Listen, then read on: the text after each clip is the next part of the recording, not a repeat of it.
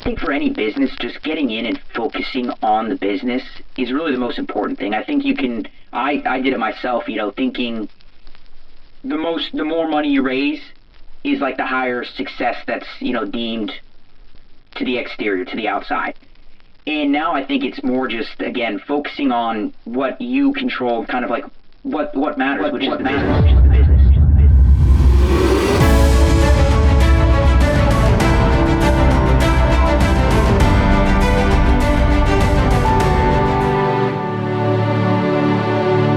Hey there, and welcome back to another episode of Angels, Exits, and Acquisitions. My name is Jeff Barnes. You're going to be your host here today. I had the opportunity to interview John Basar at WaxNax, a pretty incredible company that is doing some really cool things in an industry that most people are not familiar with, as well as an industry that is seen as very taboo and risky for a lot of folks, but definitely a lot of incredible growth potential. So, as always, like, subscribe, and share this episode so that we can get more people checking this out and seeing how angel investing, acquiring businesses, and exiting businesses can really impact their lives. Welcome to Angels, Exits, and Acquisitions, the place to learn how to fund, scale, exit, and massively profit as an angel investor or entrepreneur. Brought to you by the Angel Investors Network. And now, here's your host, Jeff Barnes. Hello, and welcome again to another episode of Angels, Exits, and Acquisitions. Today, we are here with John Basar with WaxNax, and he'll explain a little bit more about what that is and his journey. John, how are you today? I'm doing well, Jeff. Happy Friday. Thanks for having me. Absolutely. Same to you. Glad to have you here. So, John, why don't we start off by giving everybody a little bit of your background and how you ended up doing what you do today, which is pretty unique. And I'd say still, for a lot of people, it's still the leading edge of an industry that is still growing and budding, no pun intended. Yeah, absolutely. Yeah, quick backdrop on me, Jeff, and kind of where the journey started with WaxNax. I went to college down at Tulane University, New Orleans. And that is where I ended up meeting my business partner, where we set the groundwork to launch WaxNax.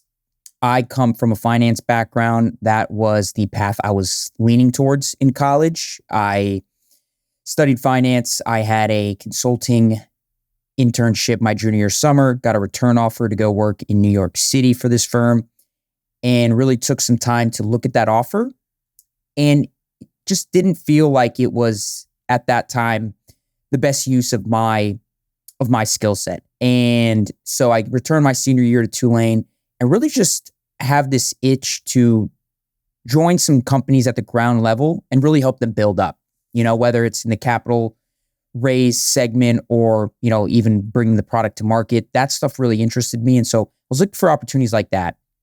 And funny enough, how timing works out, a really good friend of mine at Tulane brings me the idea for WaxNax. So I'm at the time not, I would say an average cannabis user in the college scene.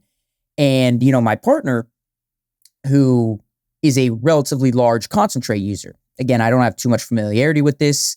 And so when I would, engage in using some concentrates, he would set up the process for me. I'd ask him, hey, I'm a rookie at this, set it up for me, make sure it's clean, make sure it's very easy. That's the only way I'll really consume it. And so right at that same time, when he's bringing concentrate use, to my world, he brings the idea for WaxNax. And really at that point, it's to have a prepackaged, pre-dosed K-cup-like model for concentrates. And again, I thought at that mindset, when I'm in that mindset, I'm like, this is the only way I would use concentrates. And so I thought it was very interesting. And kind of that last year at Tulane, we just started building the groundwork to launch it after we graduate. And so that's what we did. After packing up our bags, graduating from college, we moved out to Denver. And that's where we started the business. We built our team there as well and launched into the market. And with the big idea of WaxNax, and still kind of our current goal, is really to have a viable medical option for people who rely on cannabis for their ailments, and have that be prescribable option for doctors across the country. Right now we're really focusing on the recreational markets and getting a lot of feedback, getting a lot of product and market feedback that way. But with legalization, looming sooner rather than later, that's the big idea. That's the big picture of what we're working on.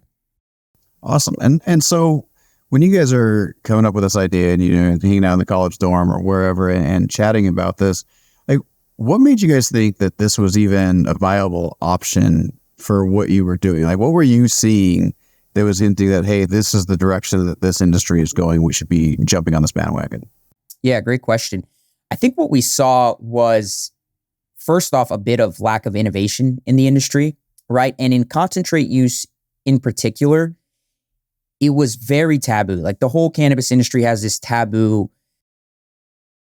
tagline on it. And specifically in concentrates, we saw that even elevated. And we just didn't think it was that fair.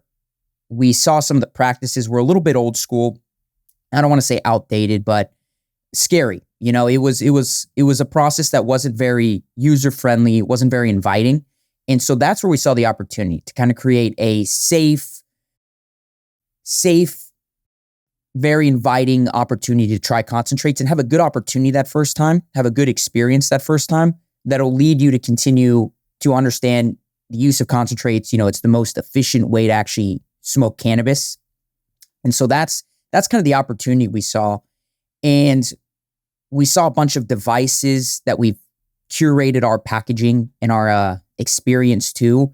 These electric nectar collectors, these electric rigs, e-rigs that are coming out that we really think are pushing the industry forward, that are kind of leading the industry in innovation. And so we kind of curated our packaging for that from the very get-go. For those folks who are maybe not familiar with concentrates and even the cannabis space in general, like I said, it's very taboo for a lot of people. And some people, entire generations grew up being told this is, illegal and it's a drug and illicit use and all that sort of stuff. And now, like you said, we're seeing this switch to not only is it medicinal usage, but recreational use is being allowed more and more. And there's a lot of benefits to this. But what specifically is a concentrate? How do you derive that kind of thing? And then how would somebody use that? Yeah, so there are different ways to use it. Concentrates are the kind of this viscous form of cannabis. You're able to get the flower and kind of break it down to its purest form, is the way I like to look at it. And there are different consistencies that it holds. Kind of the most fluid, if you will, is this distillate type. That's kind of what you see like in vape cartridges. And then there's these batters that they call them, a little bit more viscous. But again, think of it literally like some type of butter or some type of jam and jelly. So that's the consistency it holds. And typically the way it's consumed, this kind of old school, kind of scary way, if you will, is it's dosed out into 1 gram jars, right? And so you are literally picking at it and putting it into a rig, which then you have to use a blowtorch to light up. Again, kind of a scary process, especially for someone who's never tried it and looking to, try it and venture out and see, what concentrate use does for them. And so it's very high THC dose in concentrates, again, for the name, right? Kind of matches the name. And so you don't need as much as smoking flower. There's a little bit more waste that goes into smoking flower. Cartridges kind of has a lot of different things that are added into it to make it combustible in those pens. Then, of course, edibles are a little bit hit or miss, right? You never really know exactly when you're going to kind of feel the effects. And that kind of causes people to eat more when they shouldn't, or, not eat enough to feel the effects. Right. So that's why we are really high on concentrates. It's definitely a piece of the cannabis industry that has a lot of growth currently, but still has a lot more growth to go. And we are trying to educate people, trying to create a forum, a community to educate people that concentrate use is efficient and it can be safe and very enjoyable. So that's the idea. Gotcha. Okay, cool. Now, to do this, I'd imagine you guys need, labs, you need equipment, you need sort of, I guess you would call it refining equipment. There are specific terms for the types of equipment you guys use, but what does that look like? And what's the capital expenditure to get something like that up and running? Yeah, great question, Jeff. So when we got into the industry, we knew if we were to create our own brand, right, our own concentrates, our own flower brand, our own edibles, whatever, huge, large upfront capital expenditure that's needed. Us coming out of college, not really having any money to our name, we looked at the process and we're like, how can we get into the industry? How can we make some moves? How can we kind of cause some noise without creating our own brand? And so what we do with WaxNax, we're actually an ancillary business. And so what that means is we actually don't grow, we don't touch, we don't cultivate any part of the plant. What we do is our packaging, we will co-brand it. Let's say Jeff's concentrates, we'll co-brand our packaging, and we will have our partners purchase our packaging, and we provide the dosing solution, which is through robotics, that we set up in our clients' facilities. They purchase our packaging, they set it up with this robotic machine, and then it'll go out and dose their concentrates into our packaging, which then we kind of co-brand and co-market and use their sales team, sales distribution to push into the market. Gotcha. So as far as the operations though, you guys are creating the concentrate, or are you not creating the concentrate? We are not creating it. So we are just selling the packaging and setting up the dosing capabilities for the concentrate manufacturers and producers. Gotcha. So, question then, why wouldn't the concentrate manufacturers, producers just go and do that themselves? What was the limiting factor? What was the real challenge in that process that you guys solved? So technically they could do it. We have patents, we have utility and design patents on our packaging, but, they could create another solution. I think it's what we're able to do is really focus on the user experience. And for a lot of these manufacturers, of course, they have that in mind, but with so many SKUs and so many products, the delivery mechanism for concentrate specifically, I don't think it's something that it's not a forefront of their mind. And again, that's where we think there's an opportunity. And so that's kind of where we see our edge.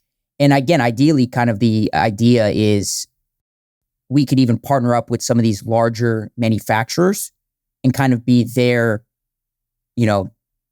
only supply our packaging to them, or, kind of set up a licensing deal. And so we've done that, and that's kind of the goal. But yeah, to answer your question, technically it could be done by anyone, maybe not exactly like ours, but the idea is there. So essentially what you guys did was you took this product that has value in the marketplace, but the customer experience with using that product maybe wasn't ideal. And you guys found a better way to allow the delivery of this product to the customer so the customer can actually enjoy it. And it's, like you said, it's a little bit, maybe a safer way, maybe a more enjoyable way, easier to consume, and so on. Yeah. And I would also add kind of has a higher end feel. If you look at the way we kind of lay out, we want it to look really nice. Again, the concentrates we'll use in here, they'll typically almost shine in this packaging. You'll really kind of be able to see the beauty and work that a lot of these concentrate manufacturers put in to create high quality products in all of these recreational legal markets. And yeah, we want to create the best experience for people to come back to concentrates. We just saw a problem of people we know, friends who have tried concentrates, didn't know what they're doing, consumed way too much the first time, never looked at it again, never even wanted to touch it again. Sure. So we looked at that and we wanted to create a solution to that, trying to create an easy, clean, and almost, a sexy way to consume concentrates, if you will. Gotcha. So, from that perspective, then you guys are really a branding play more than anything else, right? Like, obviously, like you said, you have some intellectual property behind you guys, but what you're doing is you're bringing this into a market where before there may not have been one, or you're like I said, upscaling it into a sense where now a different echelon of person or buyer would be interested in doing this. Because, the person that's just going to go smoke a bowl, right? They're not necessarily in this market, but you guys might be going after another market that, taking away that taboo feeling from it by scaling up the brand and giving it this more, this nicer luster on it. Absolutely. The way I like to do it, like the way I like to say it, Jeff, is trying to create a community around that. As much as marketing play, really like creating a community through marketing, through branding, through our packaging that is pushing the concentrate segment forward and therefore the whole cannabis industry forward. I like that. So Walk us through then the process of you guys getting this up and running. Like it doesn't sound like this is something that, since you guys don't have to do the equipment, maybe it wasn't capital intensive, right? So you guys didn't have to worry about going and raising millions and millions of dollars to get this thing stood up. But what was that process of getting this thing off the ground and getting it to the point where you're generating cash flow? Yeah, absolutely. It was a cool experience to go through the fundraising hurdles in cannabis, because I saw a lot of still, I don't want to say stigma, but stigma in a sense from institutional investors, even a lot of angel investors that still just very wary of getting into cannabis. Of course, that's very fair. It's a very new Wild West type industry that's still, finding its footing. But I did see a lot of hesitancy to want to get involved in cannabis because of just the old school taboo, which I totally understood. And so it was funny kind of navigating those waters. So originally Jeff was looking at institutional investors. You might know there's actual firms that specifically look at cannabis, or at least, these vice industries, alcohol, gambling, as well as cannabis. So those were my first stop. And, going for a seed raise with some of these funds, we were very early on, pretty good feedback from a lot of these VC funds in cannabis. But again, we were very early on. So after going through this and kind of, getting the no's, we kind of turned our pivot to friends and family, angel investors. And we looked at that. We really wanted to get people that, of course, believed in the product and of course believed in us to get behind it.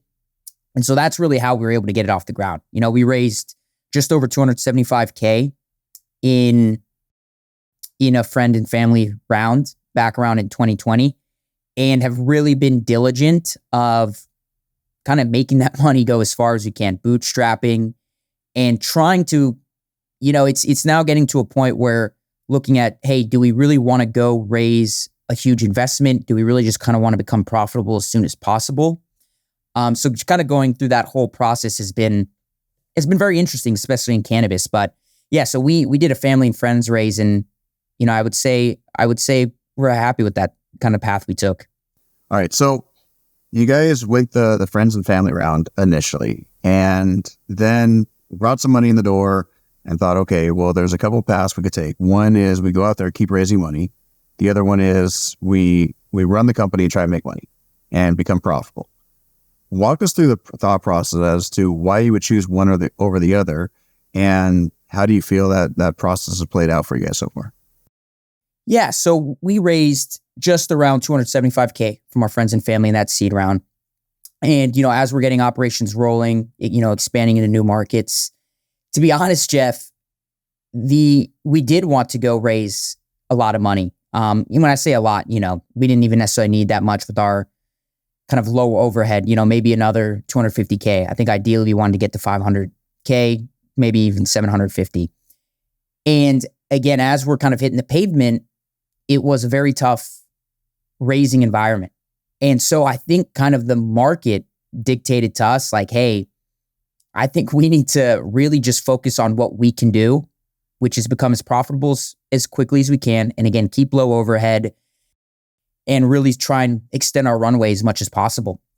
So yeah, to be completely honest with you, we were looking at going in and raising, as much money as we could with the times in cannabis, the kind of what these VC funds were looking for, kind of more tech intensive, maybe even SaaS correlations, 2020, 2021, that was what was hot. That was what's getting a lot of money, even in cannabis.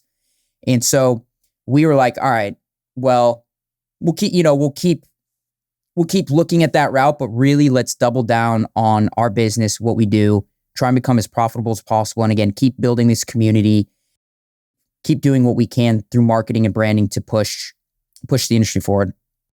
And how's that paid off for you guys? Like, would you have done anything differently at this point? Or, how's the runway looking for you guys at this point?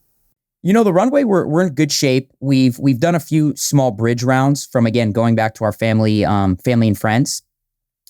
And to be honest, Jeff, if not even just in cannabis, but if you look at the overall investment landscape now, what's hot and sexy? Hot and sexy right now is companies that are profitable, that ideally maybe don't have a crowded cap table, and, that are able to extend their runways. unfortunately that kind of ties in layoffs and stuff, which is never pleasant. But right now, I think just the investment industry as a whole are looking at companies that went and raised when it was, relatively easy to raise, as maybe that wasn't the best thing for the company.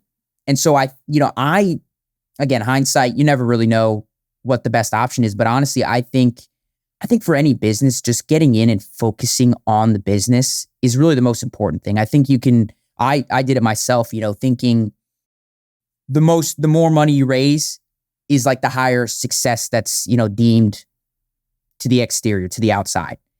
And now I think it's more just, again, focusing on what you control, kind of like what matters, which is the business, generating revenue, generating profits, and then kind of putting yourself in the best situation to go out and get money if you need it later on.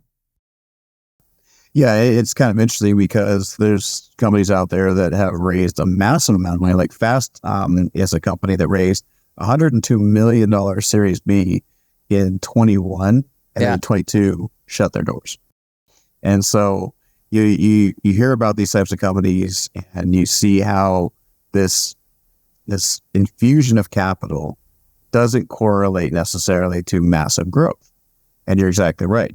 Smart investors look for value, right? They look for a way to either add value themselves or that they see that there's going to be value added in. And of course, in the VC world, they're always assuming this hockey stick growth curve because that value is there, and they'll end up creating a massive return in a few years. But a lot of people, angels specifically, and individuals who are investing their own money, they don't necessarily understand or want to spend a lot of time trying to figure out if it's going to be successful, profitable, nor do they have the time to help the company grow like that. Whereas VCs, generally, that's part of what comes with it, right? To help you grow. And so I think that's a smart idea to look at, okay, let's go ahead and become profitable first, figure out our operations, because that's one of the biggest frustrations I see with a lot of startups is that they haven't figured out really where they fit in the marketplace yet. They haven't found their ideal customer yet. They haven't exactly figured out how to package their product or service or technology up in such a way that people want to buy it. And as a result, all this money gets thrown in. It's like, okay, let's market everything. Let's brand it. Let's do all this stuff. Let's hire as many people as we can to figure this stuff out. But in the reality is they still haven't figured out a way to actually become profitable. So I applaud you guys for doing that. It's not an easy road to go down because you're generally cash strapped, right? And a lot of entrepreneurs are looking at, okay, how do we make payroll? How do we pay our rent? How do we get all this stuff going? If they haven't raised a whole bunch of money. But on the other hand, it teaches you to be scrappy. And I'm just curious if you guys have experienced that same thing. Yeah, absolutely, Jeff. I mean, it's funny that we look back on it now and it kind of makes sense, right? Wow, we're giving these companies that are unprofitable and may not be profitable for years, we're giving them millions and millions of dollars. Again, at the time, it just seemed like that was what should be done. And now we look at it and it's like, it actually makes sense that we should really have startups focus on creating a profitable business. It just doesn't look as sexy though. Again, you don't have these massive corporate offices with ping pong tables and kombucha on tap. It's you're still working out of small offices, shared spaces, doing some of the manual work yourself. Like you said, not hiring an exorbitant team, kind of using, even using interns, to as much as you can. So it didn't look as sexy, but I think it's just the way I think I personally would want to run and be part of any business. Like I'd want it to look like that because I think that's just where the true value, like why you get into it at first. Again, I think the whole industry just got sucked into raising money. That's the thing to do. That's what's cool. That's what's sexy. And I love kind of the focus is coming back on, you know what? Sure. If for some of these businesses that are just, kind of right on the precipice of exploding, go get money, go get money from the best VC funds you can. Absolutely. But I think so many put more focus on that than building the business, which, right, we look at it now, it's like, that doesn't check out. Well, it's funny because it goes through cycles, right? When money's cheap, the VCs and the private equity firms and the hedge funds are just looking to place money as quickly as they can, right? They're getting money at a really low rate. They want to go ahead and turn that around. And they want to make as much as they can. So the economics drive a lot of that. But then, like I said, all of a sudden we start seeing a decline in various equities markets, and all of a sudden they're losing money in certain other areas. So they might pump the brakes a little bit and say, okay, well, let's be a little bit more strategic. Let's focus on this value and value creation aspect of it. as opposed to let's just do a land grab and get as much as we possibly can, right? Exactly. And we'll see this in real estate too, when all of a sudden, like right now we're in a higher interest rate economy for, especially for the real estate, the mortgages. And so we're seeing these companies that are just sitting on a pile of cash they're still making astronomical offers on properties just because no one else can get it. And so they're going in and they're just doing a land grab and they're getting it for what they would consider a steal because the values have come down a little bit compared to what they were maybe in 2020, 21. But yeah, as a result of just having so much money available that's already, earning them less than what they want, they're able to go in there and they're just willing to throw money after the problem, right? Wow. So from an entrepreneur's perspective, it can be very, very challenging to figure out which way to go down, right? And when you're going down the bootstrap model, man, it's really, really frustrating if you're seeing somebody else just go ahead and raise tens of millions of dollars. You're wondering like, hey, ours is better. Why are you throwing the money at us? But it builds a lot of character, to say the least. Yeah.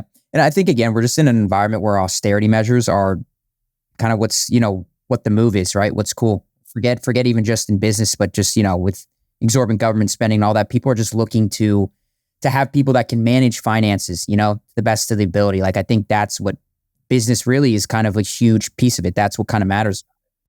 Yeah. Well, and being a really good fiduciary as an entrepreneur, it's not really something that most entrepreneurs think about and have ever been trained in. Yeah. And so that's something that I think, maybe some of the younger entrepreneurs, maybe people that have never gone through this path before, they forget about that part. Right. And these folks that will go out there and raise a massive amount of money as quickly as they can because maybe they have a sexy business model or a great idea, or they're just an incredible pitch man or woman, and they're just amazing at getting money in the door. But unfortunately, that there's a maturity level that you need to look for when it comes to raising money as well. And that is, are these people really going to be serious with my money? And that's something we coach our investors on. Is like, are these people serious about managing your investment, not just blowing it as fast as they can just to say that they spent it, right? So there's definitely a lot that comes in with that. And then of course, I was just going to say, Jeff, and then of course there's with taking outside capital, a lot of fundraising, of course, like the other thing you have to grapple with is losing control, right? That's obviously very, very clear. And that's something scary for founders. It's, again, it can definitely be worth it. I think a lot of the times, it is worth it. Especially if you're just right at the right spot, you get the right funds in there, but losing the control, that is also just something that's so not to be taken lightly, really figuring out if the money I'm getting, if it's, quote unquote, smart money, as they say. Yeah. You don't want to give up too much too early, right? It's like, I think Bezos owns 9% of Amazon, still one of the richest people in the entire world, right? So at some point, if you're going to scale an enterprise to, astronomical heights, you will no longer have complete control over the company. And that's okay because, if you give up control to the right people, they will still take your vision and run with it, right? But I think to your point, giving up control too early so that you can even get voted out of your own company, it's happened to me. It's not fun. Yeah. That's a situation you definitely don't want to be in as an entrepreneur, especially when you had such grandiose visions and ideas and plans, and you thought the money would solve the problem, and all of a sudden the money kicks you out, right? That's a really, really difficult place to be in. Absolutely. I think, just something to give good thought to. Again, this is your baby for a lot of entrepreneurs. This is something you're going to pour so much time, so much effort, blood, sweat, tears into. Just make sure if you're really bringing in someone, no matter how much money they're giving you, that it's someone that you think is going to do the business the best thing possible, and even yourself. I think that's something you got to think of as well. Yeah, absolutely. So, John, what's on the future for WaxNax? You guys you're still early on, and the regulations are changing almost monthly now. There's probably a lot of room for growth. I know that we still don't have a federal opportunity per se, but because everything is state by state. But what do you guys see for your future? Yeah, right now the biggest thing we're working on, Jeff, is creating a scalable dosing solution that we can very easily from state to state kind of incorporate into facilities. And just like you said, with so many states popping up, again, with federal legalization looming at some point in the future, big idea is get into as many markets as we can. We like some of these new markets that open up. There's usually a time frame where, you see exponential growth, and then, kind of goes through its whirlwinds, its headaches, and then kind of stabilizes a little bit. So really getting a scalable filling solution for our partners to use across the country. That's a big focus. Then really just breaking into these markets. Very cool. Awesome. Well, John, I'm looking forward to seeing what you guys have on the horizon and seeing the growth of the company. There's a lot of challenges, of course, in front of you with all of those things we just mentioned, but definitely a lot of opportunity. And I think that goes right back to what I still believe to be true, which is the more successful you are depends on how big the problem is you're solving. And as you solve bigger and bigger problems, you become more and more successful, more and more valuable to the world. And of course, that's where the value of your company will come in, is by solving those big problems. So I'm looking forward to seeing how you guys overcome some of these challenges. I love it, Jeff. Well put. Jeff, thank you so much for your time. Great speaking with you. Absolutely, John. Thanks so much for being here. For those of you who are watching, thanks so much for being here with us till the end. Do me a favor, like, subscribe, and share this episode with everyone you know who would benefit from this. And definitely go check out WaxNax, which reminds me, John, how do people find you online, and where can they go to learn more about you? Yeah, our website is waxnax.com, and then check us out on IG. It's waxnax_CO. Awesome. John, thanks so much for being here. Really appreciate it. Thanks again, Jeff. Bye, everybody.